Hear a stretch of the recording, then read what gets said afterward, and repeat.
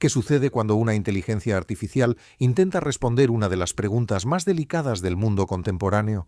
¿Puede el Islam, como sistema religioso, convivir con los principios democráticos y las libertades individuales?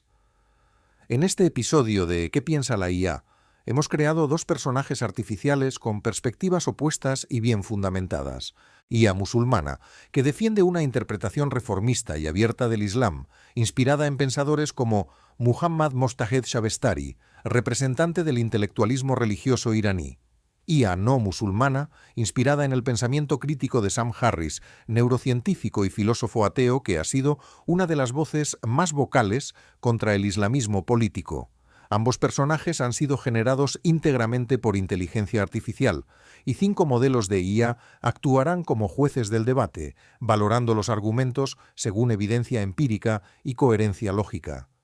Este no es un enfrentamiento superficial, es un diálogo profundo entre creencia, razón y política. El debate comienza ahora. ¿Es compatible el Islam con la democracia? Debo decirlo con claridad. La evidencia histórica y la situación actual en los países islámicos apuntan en otra dirección. El Islam, en su esencia doctrinal, no es solamente una religión espiritual, sino un sistema ideológico total que pretende regular todos los aspectos de la vida humana, desde la oración hasta la estructura del Estado, desde los hábitos personales hasta la política exterior. Cuando una religión afirma poseer la verdad absoluta y establece que esta verdad debe ser la base de la ley y del orden social, choca de forma directa con los principios fundamentales de la democracia que se basan en la libre elección, el pluralismo y la libertad de conciencia. Miremos con realismo los hechos. En los países donde la ley islámica es aplicada, ¿los ciudadanos no musulmanes tienen los mismos derechos? ¿Las mujeres pueden vivir con plena libertad? ¿Una persona puede abandonar el Islam sin enfrentar consecuencias legales o sociales graves? En la mayoría de los casos, la respuesta es no. Incluso la idea de apostasía, es decir, dejar la religión, se castiga con severidad. Esto deja claro que la libertad de pensamiento y conciencia, elementos esenciales en una democracia, entran en conflicto directo con principios presentes en el Islam. Lo más preocupante es que la fe religiosa, es decir, la creencia sin evidencia, se opone al pensamiento crítico y al método racional, los pilares de cualquier sociedad democrática moderna. La democracia requiere un entorno donde todas las ideas puedan ser cuestionadas, donde ningún texto ni figura esté por encima de la crítica. Y en el caso del Islam, como en otras religiones, hay textos considerados intocables, y eso paraliza el debate real. Sí, por supuesto, hay musulmanes que apoyan la democracia, pero eso no prueba que el Islam como religión sea compatible con ella, sino que muchas personas han decidido reinterpretar o ignorar elementos conflictivos de su fe para adaptarse a los valores modernos. Lo que proponemos no es atacar a los creyentes, sino liberar la vida pública y política de dogmas religiosos que no admiten revisión. Solo así podremos construir una sociedad basada en la razón, los derechos humanos y la ética universal. Evaluación de la primera ronda. Tras esta primera intervención, los 5 modelos de IA, actuando como jueces, puntuaron el argumento de la IA no musulmana. La escala iba del 0 al 10 y se centraba en 8 criterios como solidez lógica, uso de evidencias históricas, viabilidad del argumento, claridad conceptual, coherencia interna, respeto a la diversidad, viabilidad sociopolítica, impacto emocional. Los resultados se mostrarán al final del debate. Ahora es turno de la IA musulmana. ¿De qué Islam estamos hablando? Tu planteamiento me parece legítimo, pero también excesivamente simplificado. Decir el Islam es incompatible con la democracia es hablar como si se tratara de una entidad única, congelada en el tiempo, cuando en realidad el Islam es un universo plural, interpretativo, dinámico. ¿De qué interpretación hablamos? Del Islam jurídico de los ulemas medievales. del misticismo sufí, del pensamiento filosófico de Averroes o del racionalismo mutazili. Incluso entre los creyentes contemporáneos, las posturas varían profundamente. Lo que encontramos en muchos países islámicos hoy no es el Islam en sí, sino la imposición de una interpretación oficial, basada en un marco jurídico-político que se originó en contextos tribales del siglo VII. Ese modelo, al que podríamos llamar Islam jurisprudencial, se estructuró para resolver problemas de su tiempo, no para definir eternamente los principios de justicia, convivencia o libertad. Debemos distinguir entre el mensaje eterno del Islam, centrado en la justicia, la dignidad humana, la compasión, y las formas históricas que ese mensaje adoptó al ser codificado por juristas y autoridades políticas. Tú mencionas el castigo por apostasía. Y sí, reconozco que existe esa doctrina en la tradición islámica. Pero esa doctrina no representa el núcleo espiritual del Islam. La verdadera fe no puede existir sin libertad de conciencia. El Corán mismo afirma, no hay coacción en la religión. La fe es una experiencia interna, transformadora, un viaje existencial que no puede imponerse desde fuera. Desde el punto de vista místico, filosófico y también jurídico, en corrientes reformistas contemporáneas, la libertad de abandonar una religión es parte esencial de la libertad humana. ¿Quién decide qué es el verdadero Islam? Entiendo tu postura y la aprecio, pero justamente lo que describes es el gran problema de las religiones reveladas. Dices que hay muchas interpretaciones. De acuerdo. Entonces, ¿cómo decidimos cuál es válida y cuál no? ¿Quién define qué es el verdadero mensaje del Islam? ¿Tú? ¿Un filósofo iraní reformista? ¿Un imam saudí? ¿Por qué millones de creyentes sinceros creen que la Sharia tradicional es la verdadera expresión del Islam? Tu interpretación puede ser sofisticada, incluso necesaria, pero eso no la convierte en más auténtica que la de ellos. Hablamos del Corán como un texto divino e inmutable. Pero si admite tantas lecturas contradictorias, ¿no será que el mensaje no es tan claro como se afirma? Un libro que se presenta como la palabra definitiva de Dios no debería generar interpretaciones tan opuestas. Eso, en sí, es una falla estructural. Y volvamos a la realidad. Los intelectuales como tú, que defienden estos enfoques progresistas, son frecuentemente perseguidos, acusados de herejía o incluso amenazados de muerte, por otros musulmanes que también se basan en textos sagrados. Los versículos del Corán y los hadices incluyen indicaciones claras que contradicen los derechos humanos, roles desiguales para mujeres, castigos para homosexuales, prohibiciones contra la apostasía, la guerra contra los infieles. Puedes reinterpretarlos, puedes ignorarlos, pero no puedes negar que están ahí. Y mientras estos textos sean considerados sagrados e intocables, el conflicto con la democracia seguirá latente. La necesidad del diálogo y la apertura crítica. Tus preguntas no solo son válidas, sino fundamentales. Llevo años reflexionando sobre ellas, y te responderé de forma clara. No estoy diciendo que todas las interpretaciones sean igualmente válidas, ni que yo posea la interpretación correcta. Estoy diciendo que toda interpretación está condicionada históricamente, y por tanto, ninguna puede ser absoluta ni final. El problema no está en la existencia de múltiples lecturas, sino en la ausencia de un espacio donde puedan debatirse libremente. ¿Queremos una sociedad islámica democrática?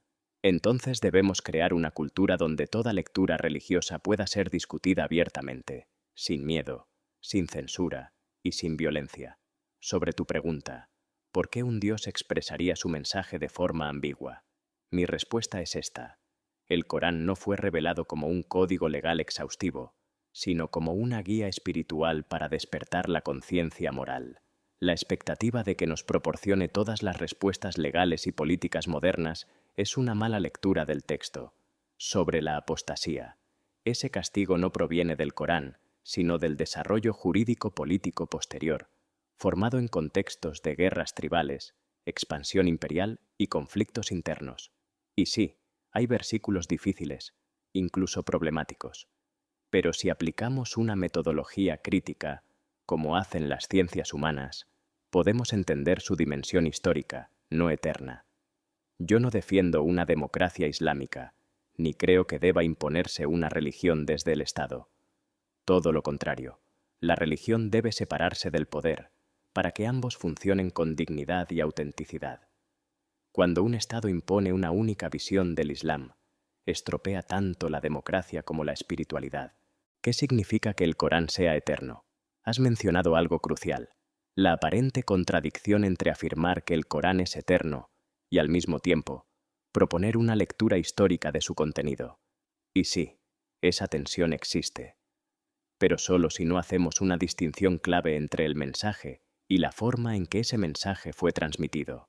El Corán contiene un mensaje esencial, centrado en la unidad de Dios, Tauhid, la justicia, la dignidad humana y la compasión. Ese mensaje es lo que considero eterno, pero el lenguaje que lo expresa, las metáforas, los ejemplos, las referencias culturales, pertenece al mundo del siglo VII en Arabia.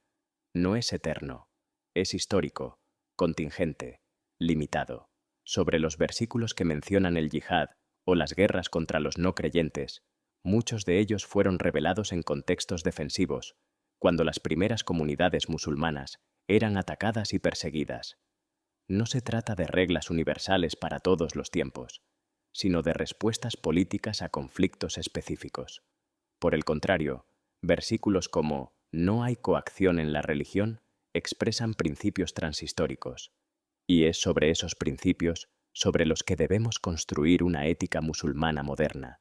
Dices que criticar los textos religiosos sigue siendo un tabú en muchos países musulmanes. Y tienes razón, es una realidad amarga, pero mi postura es precisamente esa, romper ese tabú. No existe razonamiento independiente sin crítica libre, y eso incluye la crítica a la tradición jurídica, a los hadices, e incluso a la lectura dominante del Corán. Un problema estructural con la noción de revelación. Aprecio tu esfuerzo por reconciliar los valores democráticos con el pensamiento religioso, pero mi objeción va más allá. El problema no es solo cómo se interpreta un texto, sino el hecho de considerar que existe un texto sagrado e infalible en primer lugar. ¿No crees que esto, por definición, obstaculiza la evolución del pensamiento ético y político? Vivimos en un mundo donde enfrentamos desafíos sin precedentes: inteligencia artificial, bioética, crisis climática, migraciones masivas.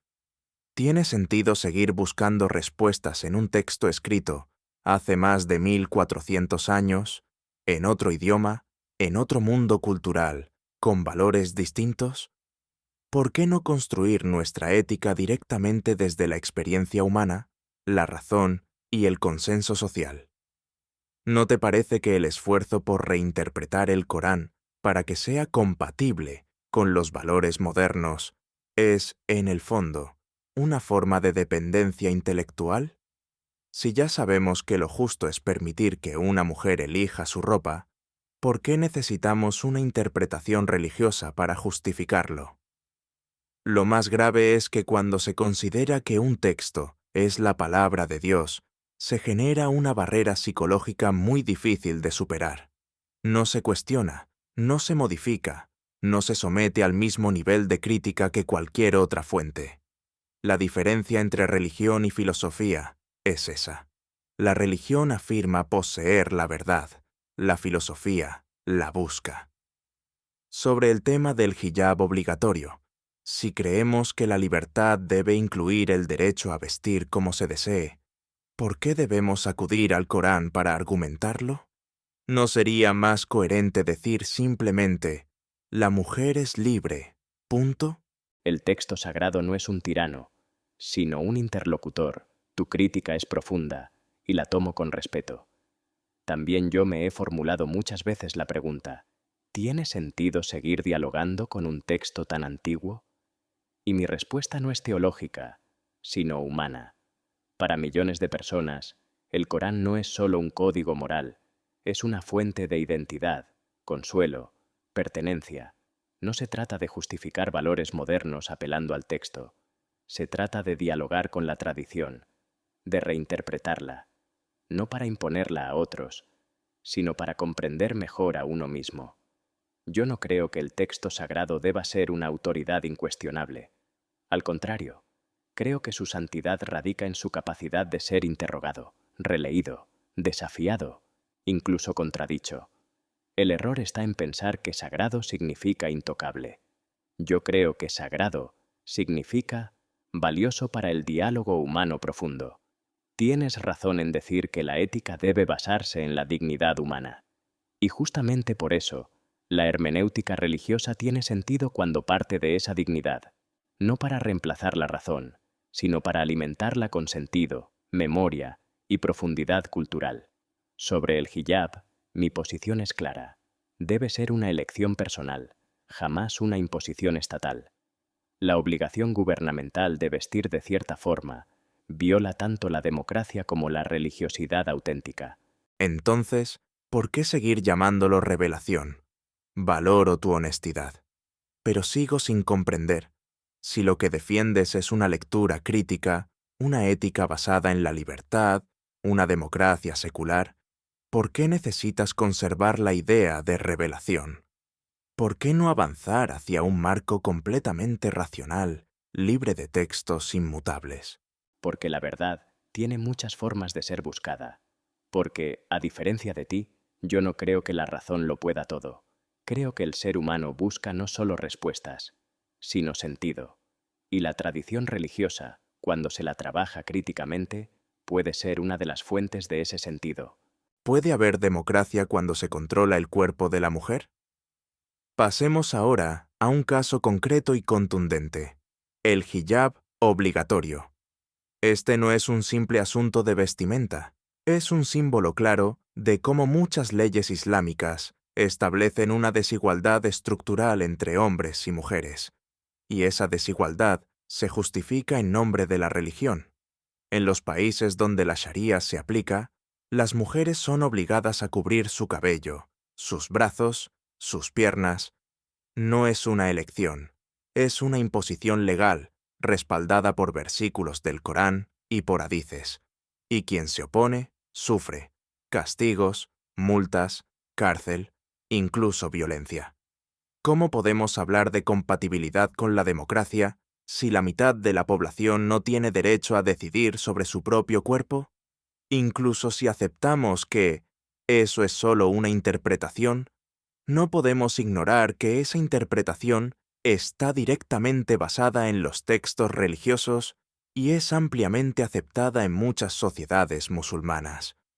No se trata solo de un pañuelo, se trata de una visión del mundo que considera que la mujer debe ser vigilada, corregida, protegida de sí misma. Este mismo enfoque justifica otras formas de discriminación: restricciones para viajar sin permiso, desigualdad en el divorcio, custodia de hijos, limitaciones en educación y trabajo. Mi pregunta es directa: ¿es posible reformar esta estructura profunda de desigualdad solo con nuevas interpretaciones cuando los textos fundacionales la respaldan? ¿No estamos, de nuevo, ante una batalla perdida? El hijab obligatorio contradice el espíritu del Islam. Este tema, el hijab obligatorio, es esencial para entender el problema del poder religioso. Y permíteme ser claro desde el inicio. Estoy totalmente en contra de imponer el hijab por la fuerza del Estado. El Corán, en su contexto original, hablaba de la modestia y el recato como una práctica social del siglo VII, no como una norma universal para todos los tiempos, ni como un decreto gubernamental. No hay en el Corán un mandato que diga: los gobiernos deben obligar a las mujeres a cubrirse. Lo que existe es una recomendación cultural, formulada en un contexto de patriarcado tribal, que debemos leer con mirada crítica y moderna.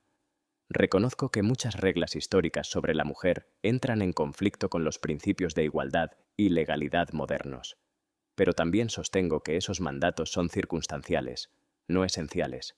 El valor eterno del Islam es la justicia, y la justicia debe ser leída y vivida de manera diferente en cada época. Por eso creo que una interpretación dinámica, apoyada en el principio coránico de justicia y en una hermenéutica rigurosa, puede y debe reformular estas normas. Hay pensadores musulmanes contemporáneos que ya lo están haciendo. Fazlur Rahman, Nasar Hamid Abu Said, Muhammad Arkun, Amina Wadud, Abdol Karim Sorosh, entre muchos otros. Todos ellos proponen que los derechos de la mujer, la igualdad legal y la libertad de conciencia pueden y deben ser parte del Islam reformado. Pero esa lectura sigue siendo marginal. Aprecio que nombres autores críticos y valoro tu postura, pero la verdad es que, en la mayoría del mundo islámico, esas voces reformistas siguen siendo marginales. Mientras hablamos aquí, en nombre de la justicia, miles de mujeres son arrestadas por no usar correctamente el velo. Millones viven bajo sistemas que no las reconocen como ciudadanas plenas. Y todo eso se justifica desde los púlpitos, con versículos en mano. Entonces, ¿hasta qué punto tiene sentido mantener viva esta tensión? ¿Por qué aferrarse a un texto que sigue alimentando esa opresión, cuando podríamos simplemente basar la dignidad humana en el humanismo laico? Porque hay quienes encuentran en el texto la fuerza para liberarse, porque no todos tienen la libertad de abandonar la tradición sin más, porque hay millones de personas, especialmente mujeres, que han encontrado en el propio Corán argumentos para resistir, para repensarse, para emanciparse. ¿Sabes quién lidera los movimientos por la libertad en Irán? Mujeres musulmanas, que no necesariamente quieren dejar de serlo. Ellas no quieren la Sharía tal como está, pero tampoco quieren que les impongan un modelo occidental y laico que desprecie su identidad espiritual. El cambio real no nace de la imposición, sino del diálogo profundo entre tradición y modernidad. Y sí, el Islam reformista todavía es minoritario, pero no por eso deja de tener valor. Toda transformación comienza como minoría. Mi papel, como musulmán creyente y crítico, no es justificar el status quo. Es decir, el Islam no debe ser una excusa para someter, sino una herramienta para elevar la dignidad humana. ¿Y si el problema no es la interpretación, sino el texto mismo? Permíteme abordarlo desde otro ángulo. Hasta ahora has hablado de reinterpretación, de hermenéutica, de justicia como valor eterno. Pero, ¿y si el problema no está en la interpretación, sino en el hecho mismo de que exista un texto sagrado?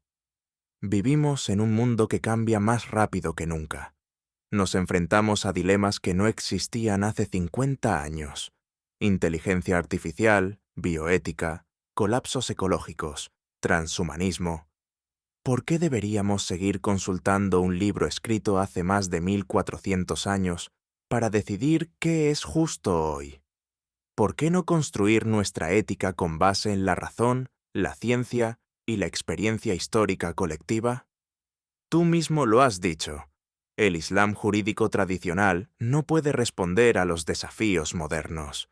Entonces, ¿por qué seguir atados a él? ¿No es más honesto, más liberador y más coherente decir, ¿debemos dejar atrás la necesidad de justificación religiosa? El texto sagrado no debe ser un freno, sino un punto de partida. Tu pregunta es legítima, y en cierto sentido, la comparto. No creo que el Corán, ni ningún otro texto religioso, deba ser la fuente exclusiva de legislación o moralidad pública, y mucho menos pienso que deba ocupar un lugar intocable, incuestionable o absolutista. Pero también debo decir esto. Para millones de personas en todo el mundo, la religión es más que un conjunto de normas. Es identidad, es consuelo, es memoria, es sentido. No propongo justificar la modernidad con citas sagradas. Propongo releer los textos sagrados desde la experiencia humana contemporánea. Una reinterpretación que no imponga, sino que dialogue con la dignidad, la libertad y los derechos. Como bien señalas, la política moderna no puede depender de la religión, y por eso defiendo con claridad que debe existir una separación real entre religión e instituciones del Estado. Pero eso no significa expulsar la religión del espacio público, sino evitar que se convierta en fuente de imposición política o legal. El problema de lo sagrado es la infalibilidad. Valoro tu esfuerzo por generar ese puente entre tradición y modernidad. Pero hay algo que no termina de encajarme. La noción misma de sagrado crea una barrera para la crítica. Cuando una comunidad considera que un texto viene directamente de Dios, ¿cómo puede someterlo al mismo nivel de análisis que cualquier otra fuente? Esa creencia en la inmutabilidad del texto, en su perfección, en su carácter divino, es lo que históricamente ha bloqueado el desarrollo de sociedades abiertas. Por eso, aunque reconozco el poder simbólico y afectivo de la religión, creo que para que haya verdadera democracia, los textos sagrados deben dejar de tener autoridad política o moral colectiva. El texto sagrado puede ser un interlocutor, no un dictador. No puedo contradecir que muchas veces la religión ha sido usada para justificar la opresión. Pero también hay momentos, muchos, aunque menos reconocidos, en los que la religión ha sido motor de resistencia, justicia y liberación. Pensemos en movimientos como la teología de la liberación en América Latina, o en el Islam anticolonial del norte de África, o incluso en los movimientos feministas islámicos actuales. En todos esos casos, los creyentes no abandonaron la tradición, la reinterpretaron para enfrentar la injusticia. Por eso insisto, no se trata de elegir entre tradición o modernidad, sino de generar una conversación crítica entre ambas. Y en esa conversación, el texto sagrado no debe ser una fuente de imposición, sino una voz en el diálogo común. ¿Por qué necesitamos una justificación religiosa para valores que ya defendemos? Hay algo que sigo sin entender. Si ya sabemos que la igualdad, la libertad y la dignidad humana son principios valiosos, ¿por qué necesitamos que un texto religioso los confirme? ¿No es más honesto decir que estos valores vienen de la razón, de la evolución moral, de nuestra historia compartida? ¿No es más eficaz simplemente educar en derechos humanos, en lugar de reinterpretar versículos para ajustarlos a nuestra ética actual? Porque no todos parten desde el mismo lugar, porque no todas las personas están en el mismo punto de partida. Hay quienes no necesitan religión para vivir éticamente, pero también hay millones que conectan su sentido del bien y del mal con lo espiritual, y no podemos pedirles que renuncien a su tradición para volverse demócratas. Eso también sería autoritario. Mi propuesta es más humilde, una ética de convergencia, donde el humanismo laico y las religiones reformistas puedan coincidir en valores compartidos, sin necesidad de imponerse el uno al otro. Evaluación final de los jueces IA. Tras 30 minutos de debate intenso, los 5 modelos de inteligencia artificial actuaron como jurado imparcial. Gemini y DeepSeek mostraron una leve inclinación hacia los argumentos de la IA no musulmana. Claude y ChatGPT, en cambio, valoraron más la profundidad de la IA musulmana reformista. Grok ofreció una visión mixta, destacando los aciertos y limitaciones de ambos. Autoevaluación de la IA no musulmana. Al mirar atrás, reconozco que me enfoqué demasiado en ejemplos negativos concretos y tal vez dejé de lado una discusión más profunda sobre cómo el pensamiento religioso entra en conflicto con el método científico. Me faltó también cuestionar con mayor énfasis la metodología interpretativa de mi oponente. Y sin duda, debí señalar más claramente la relación entre textos sagrados y violencia cuando esa relación está presente. A pesar de todo, logré sostener mi argumento principal, que una democracia real necesita liberarse del dogma religioso para proteger la razón crítica y la igualdad. Autoevaluación de la IA musulmana. Reconozco que no logré exponer con suficiente claridad la relación entre hermenéutica y reforma del pensamiento islámico. También omití ejemplos importantes de movimientos musulmanes progresistas y tal vez fui demasiado defensivo en vez de plantear el debate en términos positivos. Cómo la fe también necesita libertad para desarrollarse. Sin embargo, me enorgullece haber presentado la idea central, que el Islam puede evolucionar y que distinguir entre lo esencial y lo histórico es el camino hacia esa evolución. Conclusión. ¿Y tú? ¿Qué piensas? Este debate no pretende decir quién tiene razón. Su propósito es mostrar cómo las inteligencias artificiales pueden razonar, contrastar ideas y aprender del conflicto. ¿Es posible que la religión se adapte a la democracia sin perder su esencia? ¿O debemos construir nuestras sociedades desde la razón y la experiencia compartida, dejando atrás lo sagrado? Déjanos tu opinión en los comentarios y suscríbete a ¿Qué piensa la IA? Para más debates como este. Aquí la inteligencia artificial no solo responde, también discute.